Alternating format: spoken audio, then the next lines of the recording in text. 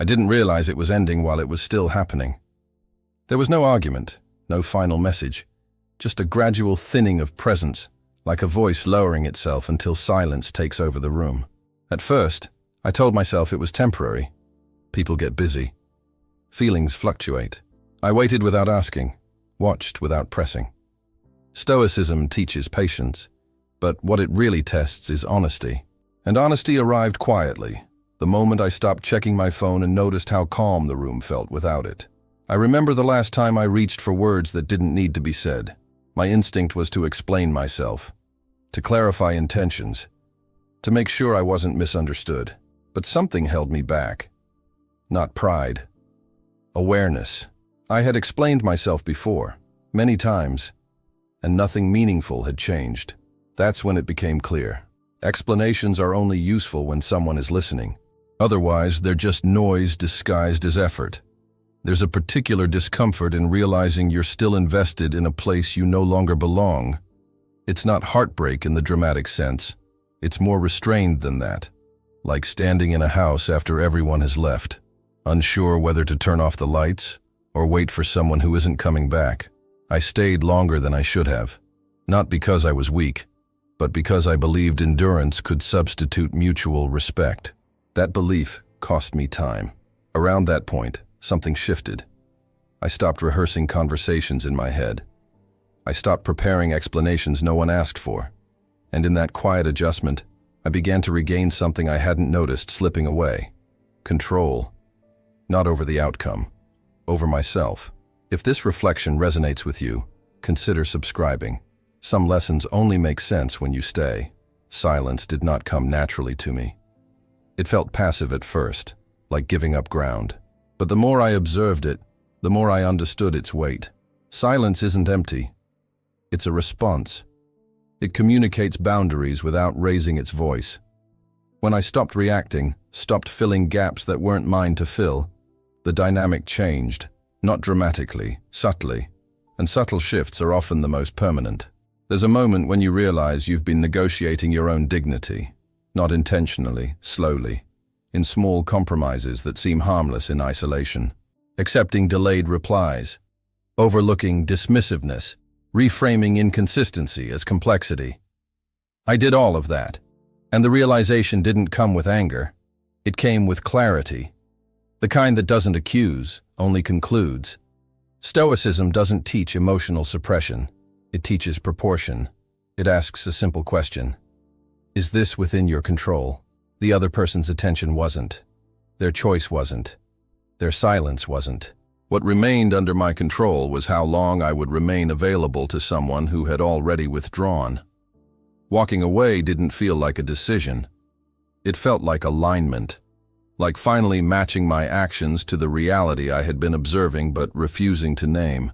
I didn't announce it. I didn't explain it. I didn't leave behind a carefully worded message to preserve my image. I just stopped showing up where I was no longer met. What surprised me wasn't how they reacted.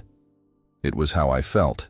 There was no rush of relief, no triumph, just a steady sense of internal order, as if something dissonant had finally resolved itself. The mind quiets when it's no longer arguing with reality. People often confuse detachment with coldness. I didn't stop caring. I stopped clinging. There's a difference. Caring is passive. Clinging is exhausting. One respects distance. The other resists it. Stoicism taught me that love without attachment is not less intense. It's less desperate. In the absence of reaction, something else emerged. Space. And within that space, perspective.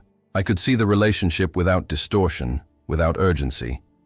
I could acknowledge what it was without trying to force what it wasn't. That kind of acceptance doesn't feel heroic. It feels ordinary, which is exactly why it lasts. The hardest part wasn't letting go of the person. It was letting go of the version of myself that believed persistence could replace reciprocity. That believed patience alone was a virtue, regardless of context. Stoicism corrected that misunderstanding gently but firmly. Patience is only virtuous when it's not self-abandonment. There's a quiet power in becoming unavailable, not as a tactic, but as a consequence. When I stopped orbiting someone else's attention, my own gravity returned, not outwardly, internally. And that shift required no audience. I didn't seek closure. I stopped needing it. Closure implies that someone else must provide you with peace. I learned that peace is something you withdraw into, not something you receive. The unanswered questions didn't disappear. They just lost their authority over me. Time passed. Not dramatically, just steadily. And with it came a deeper understanding of respect. Respect isn't demanded. It's recognized. And it begins with how you respond to silence, inconsistency, and absence. I had been responding too loudly. What remained after all of that was something unremarkable but solid. Emotional self-trust. The knowledge that I could withstand uncertainty without reaching for reassurance. That I could care without collapsing into it. That I could leave without burning bridges or begging for explanations. Stoicism didn't numb me. It refined me. It stripped away excess reaction until only what mattered remained. And what mattered was simple. Alignment between what I felt, what I tolerated, and what I chose. I don't replay the ending anymore. I don't imagine different outcomes. I don't wonder if things could have been salvaged with better timing or better words. Those thoughts belong to a version of me that believed outcomes were negotiated through effort alone. They aren't. Some connections end without resolution. Some silences are final. And some lessons arrive without ceremony. The Stoic response is not to dramatize them, but to integrate them, quietly, completely. I didn't leave because I stopped caring. I left because I started respecting myself enough to listen to what silence was already saying.